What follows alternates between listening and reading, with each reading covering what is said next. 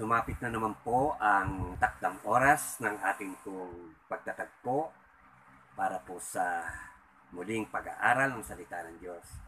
At una po sa lahat ay mapagpalang araw po sa bawat isa sa inyo. Malusog na pangangatawan na ating pong inaasahan na inyong taglay sa araw na ito dahil sa tulong ng ating Diyos. Kamusta po kayo? Inyo po bang ini-expect at ina-anticipate at kayo po ba ay na-excite na muling makasama sa pag-aaral na ito? Nawa po ay laging may excitement sa inyong puso sa tuwing darako tayo sa sama-samang pag-aaral at pagsampa sa ating Diyos. At sa araw po ito ay muli po ninyo akong samahan at kayo po ay aking paglilingkuran sa pamamagitan po ng pagtuturo ng salita ng Diyos na sa tulong ng banal na Espiritu ay aking papahatid sa inyo. Pero bago po ang lahat, tayo po ay magpakumbaba sa harapan ng Diyos. Tayo po ay manalangin. Mahal naming Diyos, kami po ay nagpapasalamat muli. Natutuwa ang aming puso at espiritu at kaluluwa na dumating na naman po ang oras at araw na muli kaming makakasama-sama sa himpapawid upang mag-aral at makinig at patuloy na mapakinggan ang iyong tinig sa pamamagitan ng iyong salita. At ang iyong mensahe ay mabulay at may apply sa buhay sa bawat araw. Linisin mo po ang aming isip at puso at patawarin kami, gawing karapat-dapat sa bawat biyaya na iyong pagkakalog sa araw na ito. Sumayo po lawalhati, Ama, sa pangalan ni Jesus. Amen. Our subject for today will be entitled Unexpected Rejection. Unexpected rejection. Nais ko pong basahin sa araw na ito ang ating gabay na talata na gagamitin sa buong pagtatalakay. At ito po ay masusumpungan sa Mateo 7:21. Babasahin ko po ito sa Tagalog. Actually, Matthew chapter 7 verses 21 to 24. And it says, Not everyone that saith unto me, Lord, Lord, shall enter into the kingdom of heaven, but he that doeth the will of my Father which is in heaven. Many will say to me in that day, Lord, Lord, have we not prophesied in thy name, and in thy name have cast out devils, and in thy name done many wonderful works? And when will I profess unto them, I never knew you, depart from me, ye that work iniquity. Therefore, whoever heareth these sayings of mine, and doeth them, I will liken him unto a wise man which built his house upon a rock. Sa Tagalog po, hindi ang bawat nagsasabi sa aking Panginoon, Panginoon ay papasok sa kaharian ng langit, kundi ang pumaganap ng kalooban ng aking Ama na nasa langit. Marami ang magsasabi sa akin sa araw na yaon, Panginoon, Panginoon, hindi ba nagsipanghula kami sa iyong pangalan at sa pangalan mo'y nagpalayas kami ng mga demonyo at sa pangalan mo'y nagsigawa kami ng maraming gawang baka pangyarihan?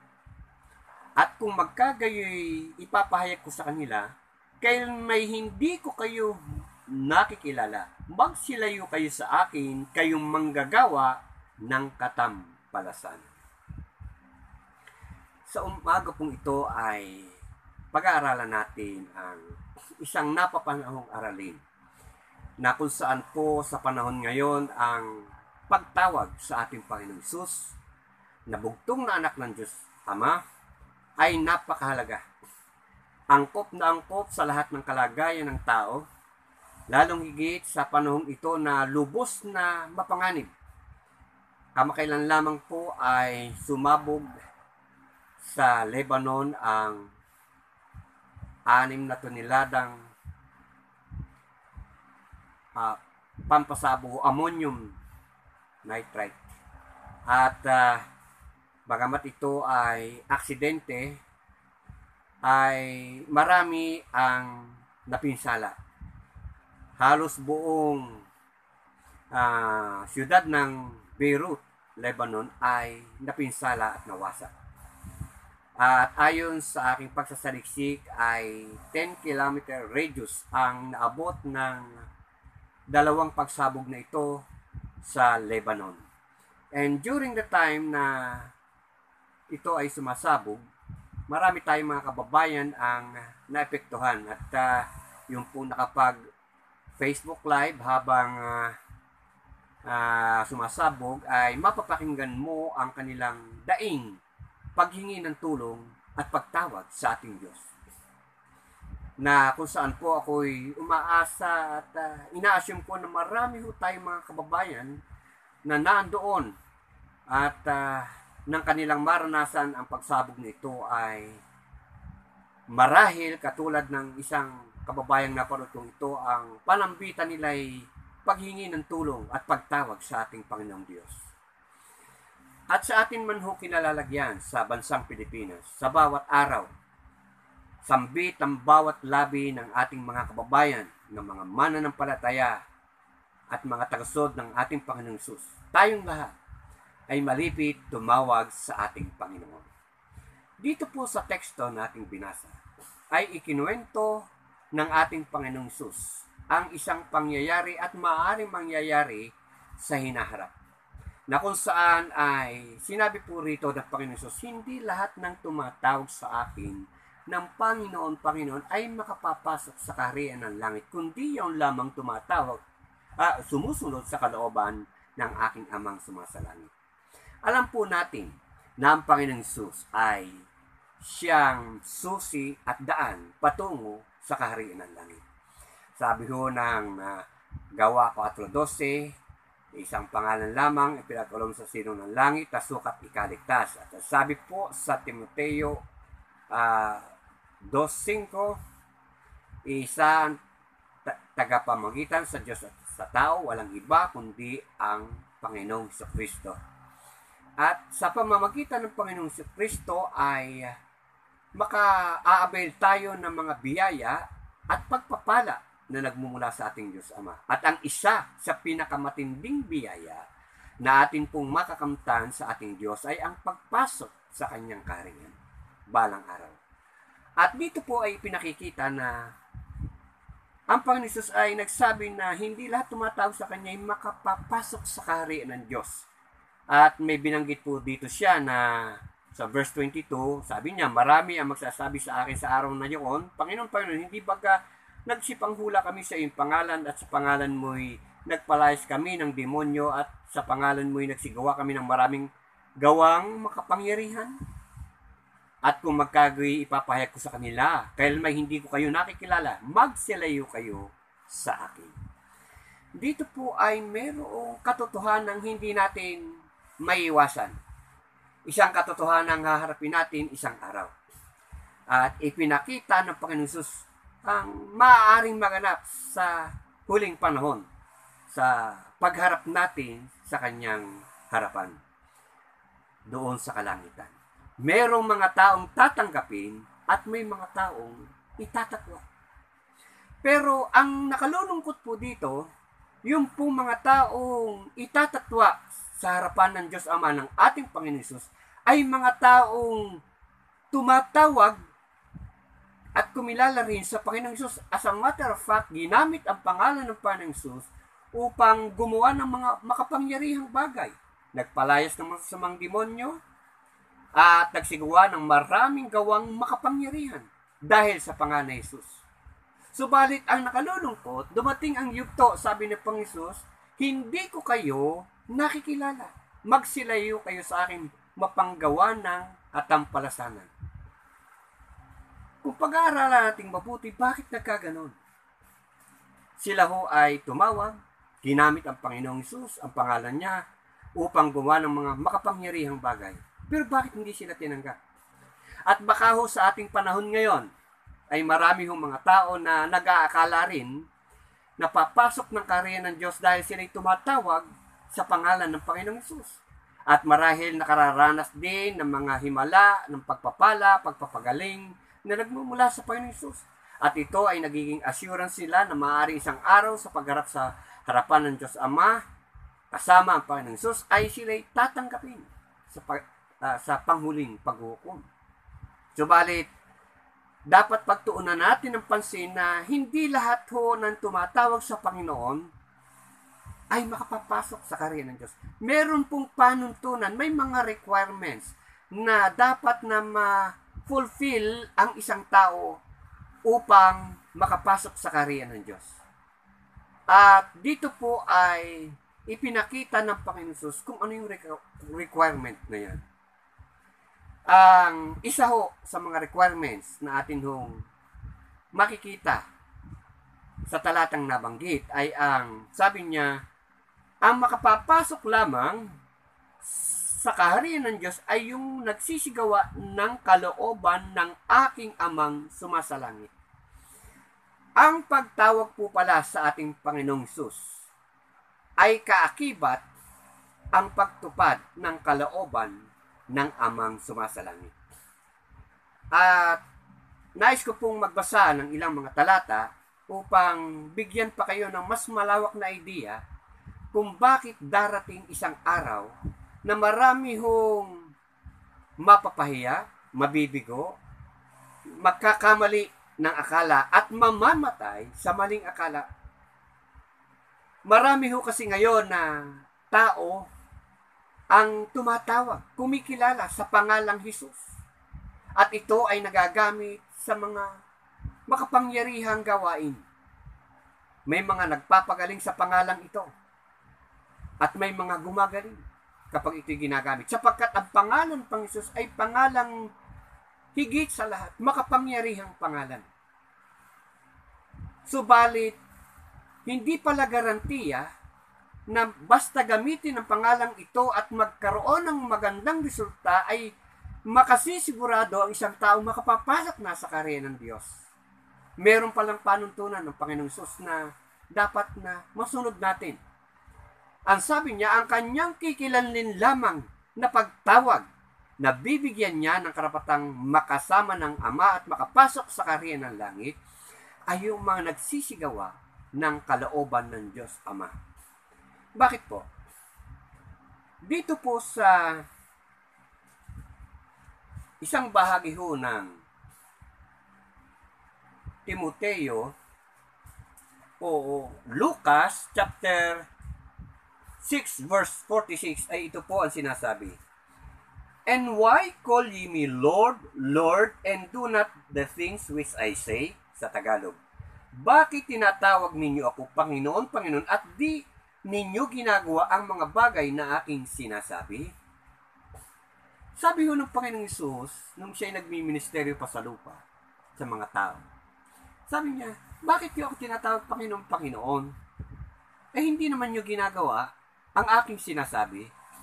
Ito po ay nagpapakita ng pahiwatig na ang katumbas ng pagtawag sa ating Panginoon Hesus ay pagsasagawa ng kanyang mga sinasabi.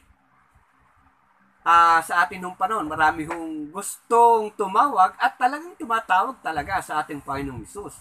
Pero ang masakit po ay hindi pinakikinggan ang sinasabi ng Panginoong Hesus dito sa kanyang salita at higit sa lahat ay hindi isinasagawa. At binanggit ho ng Timoteo ang ganitong bagay sa Timoteo o sa Tito chapter 1 verse 16. Nais ko pong basahin ito. They profess that they know God, but in works they deny Him, being abominable and disobedient, and unto every good work reprobate. Sa Tagalog po, sila'y pagpapanggap na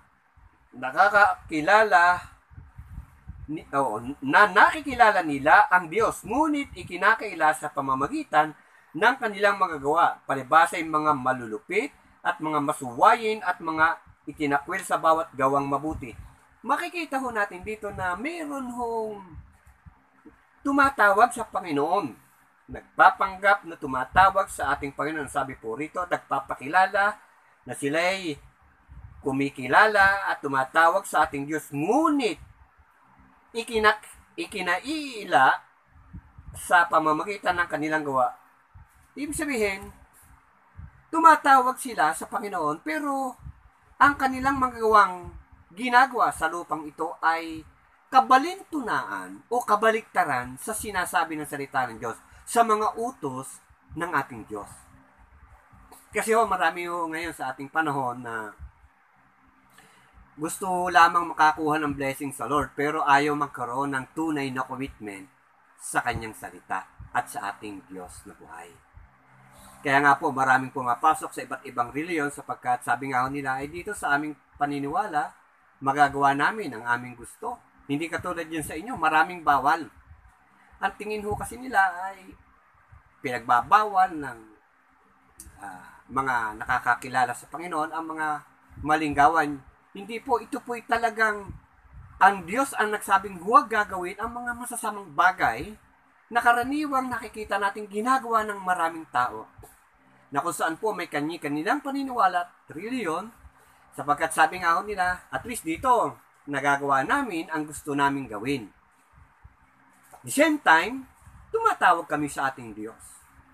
Pero sabi ng Panginoong Diyos, sa pamamagitan ng Panginoon, tinatawag niyo akong Panginoon, subalit hindi niyo ginagawa ang aking sinasabi. Bakit po napakahalaga ang bagay nito? Sapagkat sabi po sa Hebrews chapter 1, verse 1 to 2, noong unang panahon, ang Diyos ay nagsalita sa ating mga ninuno sa iba't ibang panahon at sa iba't ibang paraan sa pamamagitan ng mga propeta. Verse 2, subalit sa mga huling araw na ito ay nagsalita siya sa atin sa pamamagitan ng anak na kanyang itinalagang tagapagmana ng lahat ng mga bagay na sa pamamagitan niya ginawa ang mga sanlibutan. So, sa huling panahon po, itinalaga ang Panginoon upang sa pamamagitan niya ay makapangusap ang ating Diyos Ama. Kaya nga kung ano ang sinasabi ng Panginoong Hesus, yun yung kalooban ng Ama. Yun yung gustong iparating sa atin ng Diyos Ama na dapat nating gawin. Kaya nga po kung ano yung itinuturo ni Kristo na ating tagapagligtas, yun ang naisin ng Diyos na mangyari dito sa lupa. Subalit ang nakalulungkot na katotohanan, marami pong tumatawag sa ating Panginoong Hesus. Subalit at ginagamit ang kanyang pangalan sa iba't ibang bagay.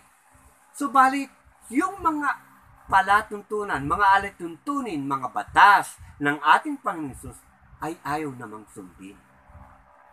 Akala ho ng tao, ang mahalaga ay nakatawag na sa Panginoong Hesus, sapat na, pero hindi po pala ganun kadali.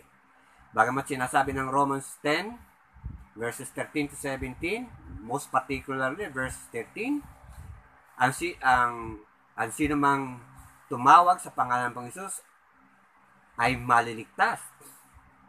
Pero hindi ho ganun kadali.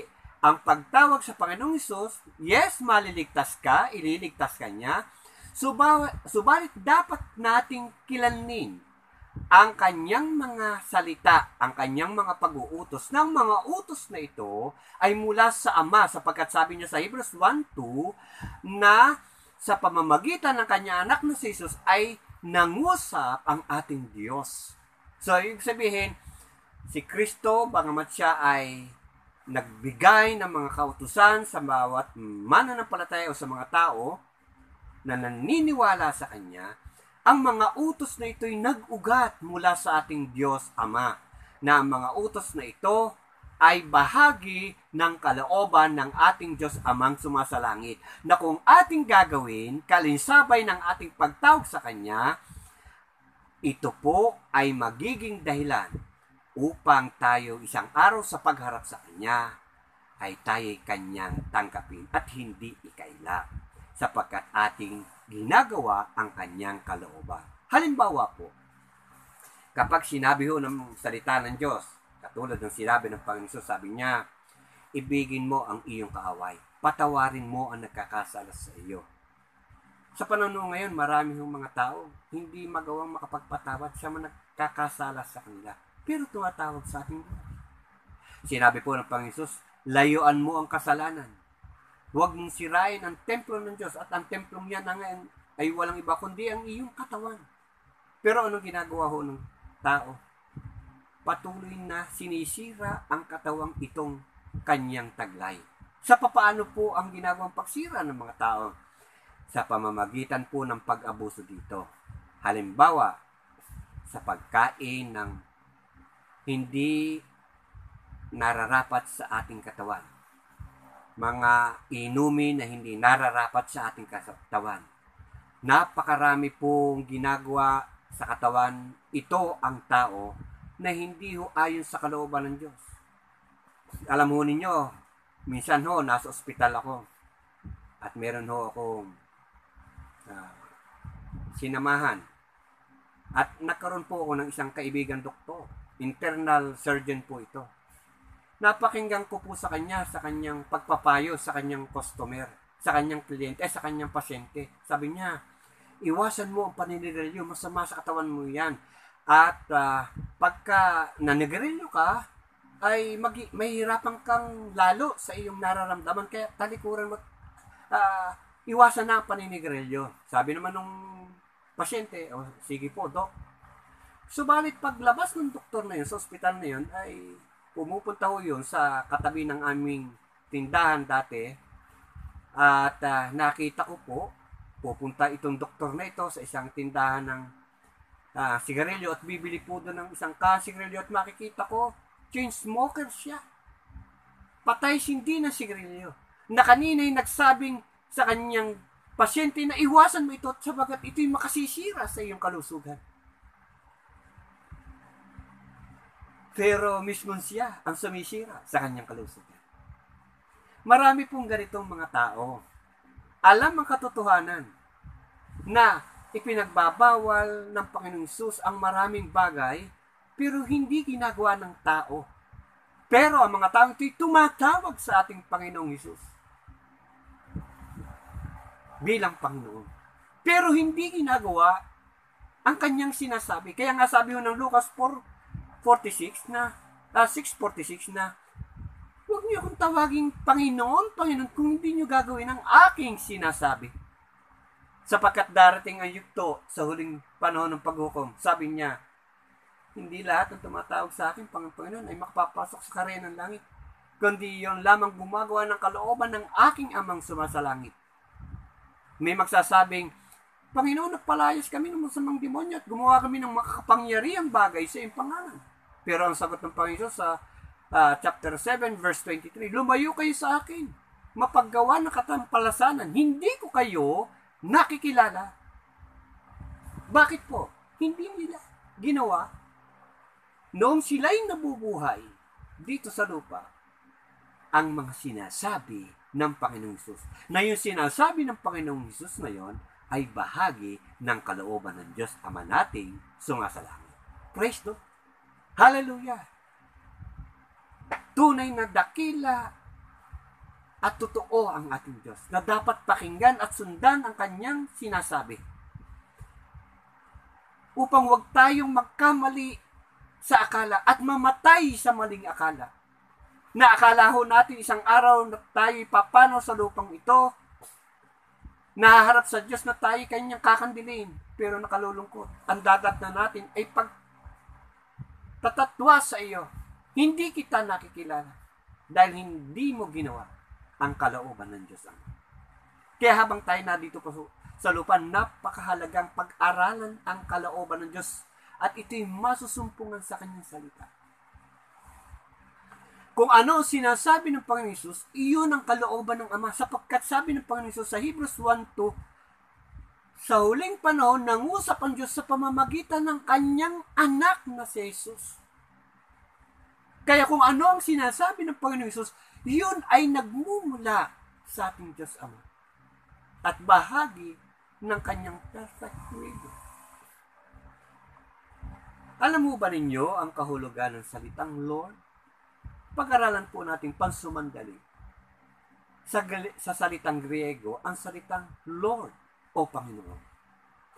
Sa salita pong Griego, ang katumbas po ng salitang Lord ay kurios. Ito pong kurios ay ginagamit at ikinakabit sa tao, pero ikinakabit din po at ginagamit sa pagturing sa ating Panginoong Hesus. At pag ginagamit po ito sa tao, ang kalugan po ng Kurios ay Master o Lord. At pag ginamit po ito sa Panginoong Hesus, ay ganun din. Master, Lord, pero ang karagdagan po ay yung Jehovah and Yahweh.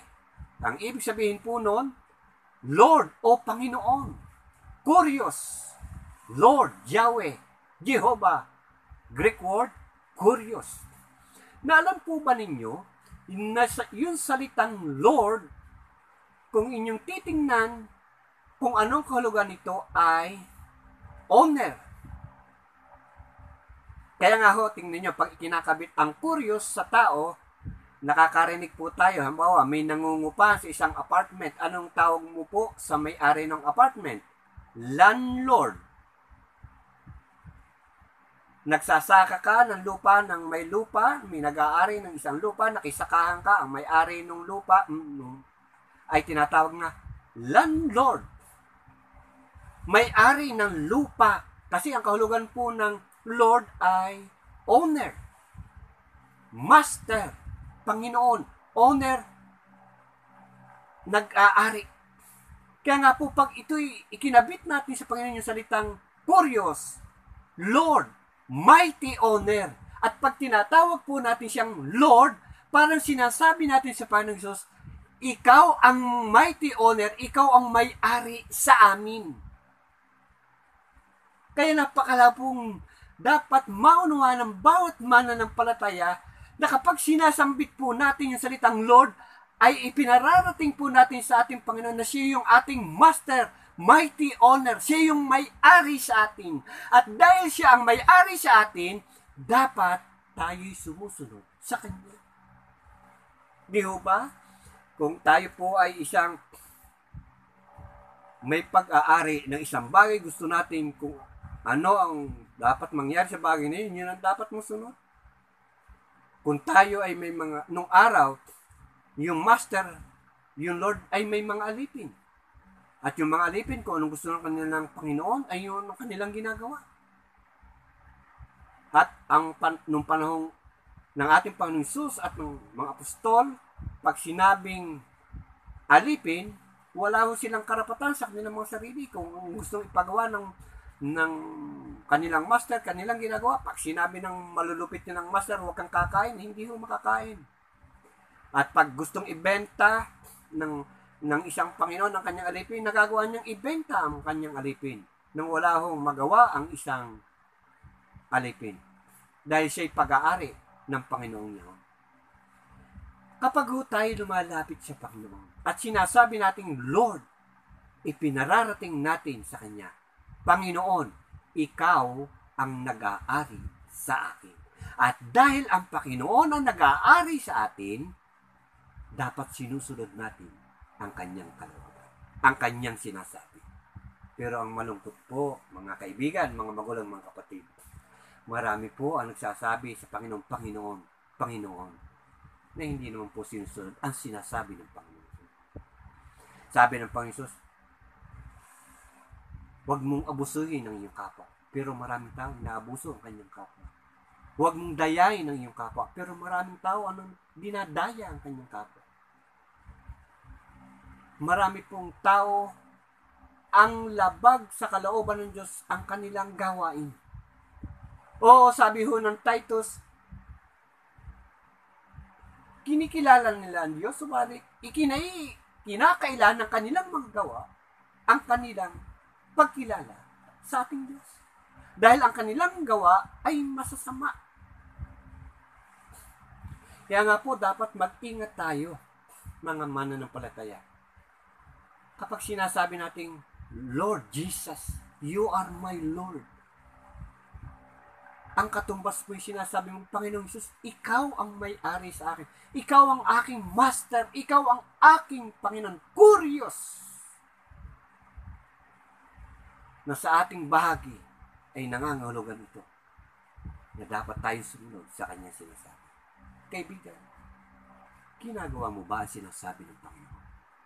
Sinisikap mo ba sa tulong ng banal na Espiritu na masundan at maisakatuparan sa iyong buhay ang mga salita ng Diyos. O baka tumatawag lang tayo sa Panginoon pero hindi mo ginagawa ang kanyang sinasabi. Habang may panahon pa, siyasatin natin ang ating sarili. Tingnan ang ating mga ginagawa. Kapag ba sinasabi ng Panginoon, anak, mag-aral ka ng aking salita, ginagawa mo ba? Anak, manalangin ka, ginagawa mo ba? Anak, sumamba ka sa akin, ginagawa mo ba? Anak, wag mo akong ikahiya. Hindi mo ba ikinahiya ang Panginoon? O malimit, ay halos hindi mapansin na ikaw ay tagasunod ni Kristo. Dahil walang mga palatandaan na makita sa iyo na ikaw ay tagasunod ni Kristo. Nakakalungkot po yan. Sana huwag kung gano'n ang ating kalagayan. At kung gano'n ang ating sitwasyon sa oras ito, manalangin ka, humingi ng patawad sa Diyos. At isipin ang ating mga pinag-aaralan. Hindi lahat ng tumatawag sa Panginoon ipapasok sa karera ng Diyos, kundi yun lamang gumagawa ng kaloobang ng ating amang sumasalangit. Marami po ang mabibigo, sabi ng Panginoon sa huling panahon niya. Marami siyang itatatwa at sasabihin niya na hindi ko kayo nakikilala, mapaggawa ng katampalasanan, lumayo kayo sa akin. Ang sakit pong ma-reject. Dito nga sa lupa, i-reject tayo ng ating mga kapwa-tao sa harapan ng ating kapwa. Tayo po'y napapaya, tayo po'y nalulungkot. Lalong higit kung tayo i-reject ng Panginoon Jesus sa harapan ng kanyang Ama. Pero ang magandang balita, mga kaibigan, mga magulang at mga kapatid, buhay pa tayo, may pag-asa pa tayo magbago kung tayo nagkamali, nakalimot. May pag-asa pa tayo na ayusin ang ating relasyon sa Diyos at ang pagtawag sa Kanya at ang ating pagturing sa Kanya. Pwede natin gawin na bukas o ngayon. Sabihin sa Panginoon, Lord, patawad. Ikaw ang aking Panginoon. Ikaw na lamang ang aking susundin. You are my Lord. My Master. My mighty owner. Ikaw ang makapangyarihan kung nag-aari sa akin. Ikaw ang masunod. At tulungan mo masunod ang iyong kalooban sa akin. Napakabuti ng ating Panginoon. Mapagpatawad, handang tanggapin, baguhin ng isang tao. Tulungan mo kapagbago. Kaibigan, nais mo bang magbago? Nais mo bang patuloy na malapit sa Diyos? Ayaw mo bang ikahiya ng Panginoon sa harapan ng ating Diyos? Ito ang tamang panahon. Ito ang tamang panahon para pagbulayan mo, pag-isipan mo, pag-aralan mo. Tingnan mo ang kanyang salita. Siyasatin mo ang iyong sarili. Naaayon ba ang iyong ginagawa sa kalooban ng ating Diyos Ama? Nasusunod mo ba ang kanyang mga panuntunan habang ikay nandito sa lupa? May mga taong pakikinabangan ng pangalan ng Panginoon Jesus dito sa lupa. Pero sa kabilang buhay, wala na akong pakinabang. Makikita ho natin, itong nasa Matthew 7:23 and 24, nakinabang sila sa pangalan ni Jesus. Nakapagpalayas ng masasamang demonyo at nakagawa ng mga kapangyarihan sa mga gawang makapangyarihan sa pangalan ni Jesus. At ako ho ay naniniwala na habang kanilang ginagawa ang mga bagay na yon, sila'y pinapalakpakan. Sila'y hinahanga ng maraming tao. Ang iba'y binabayaran sila dahil sa kanilang mga gawang ito. At siguro ang mga tao ito'y tuwa dahil sila'y kinikilala. Pero hanggang dito lang yun sa lupa. Pagdating sa harapan ng Diyos, hindi sila kikinanmin ng Panginoon. Kaibigan, mga magulang, mga kabutid, mga kababayan, bilang isang pastor, ayaw ko pong mangyari yun sa bawat isa sa atin. Sa inyo, mahal kayo ng Panginoon. Mahal ako ng Panginoon. Mahal din kayo. Kaya nga po ako'y nandito at patuloy na nag-upload ng mga videos ng mga pagtuturong katulad dito. Dahil mahal tayo ng Diyos. Mahal ko kayo. Alam ng Lord. Ayaw kong may mapahamak sa bawat isa sa inyo. Nais kong pare-pareho tayong humarap sa Diyos na taglay ang kaligtasan at buhay na walang hanggan. At isang araw hindi tayo itatatuha ng ating Panginoong Jesus. Purihin ang kanyang Panginoon. Sambahin ang ating Diyos Ama. Salamat sa kanyang kapangyarihan sa pamamagitan ng kanyang Espiritu. Tayo kanyang kinukumbit. Pinapaalalahanan, kapatid, sa aking pagtatapos. Bukas mo ang iyong puso at isip. Huwag mong hayaang mahuli ang lahat. Sikapin mo na maging handa sa pagharap sa Diyos. Hindi lahat ng tumatawa sa Panginoon, ipapasok sa karera. Yaon lamang po gumagawa ng kalooban ng ating Diyos Ama sumasalangit. Ito pong ating ginagawa. Kalooban po ito ng Amang sumasalangit. Ang pag-aaral po at pag-a-apply ng pinag-aralan mula sa kanyang salita ay kalooban ng Diyos ng ating Amang sumasalangit. Sabi niya sa Pahayag chapter 1, mapalad verse 2 and 3. Mapalad ang bumabasa